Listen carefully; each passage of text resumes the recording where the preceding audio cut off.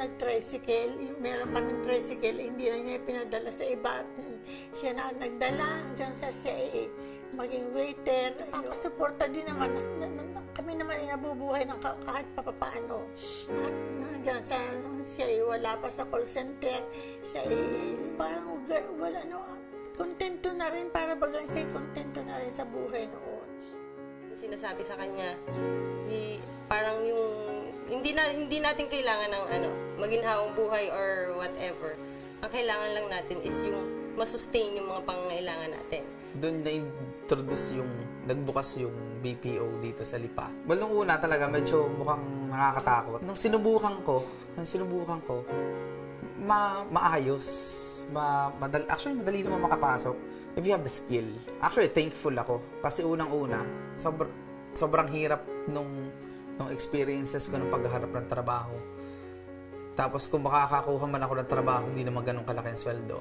Noon, wala pa kaming kama eh. So, noon, latag lang sa sahig yung tinutulugan namin dito. So, yun na talaga, binili namin kama. Tapos, bumili kami ng washing machine, tsaka refrigerator. Doon din ako kumuha ng pangkasal namin. Nung kinasal kami, medyo malaking event. Kailangan na namin ipa-renovate itong bahay. Kasi ang tagal na po, as in, kung naaalala ko yung pong dito sa may dining namin, may salo-salo po kaming planggana pag umuulan. Nung nagtrabaho ko sa call center, medyo iba yung tingin ng mga tao. Mas may respect ba yung tingin sa inyo ng mga tao compared sa ibang work. So I'm really proud na dumating doon, I was given an opportunity para ipakita yung skill na meron ako. Katulad nga ni Gabi, hindi naman siya nakatapos ng pag-aaral, sinatanggap doon. Kahit mga high school graduate yata yung natatanggap. Kaya yun malaking tulong sa mga tao at napakaganda noon para sa lahat ng mga nangangailangan ng trabaho. Yan na yung pinakamagandang trabaho sa iyo para ngayon. Andiyan na yung stable, may magandang income.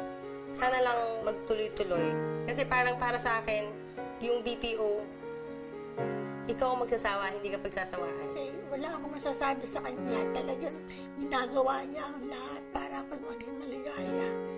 Sa palagi ko, marami pang matutulungan ang BPO. Hindi na ang buhay na kagaya ko na natulungang mabot yung pangarap sa buhay. Hi, my name is Gabriel Roman Onassis Concepcion and I'm 32 years old and I work as a supervisor for a BPO company in Batangas.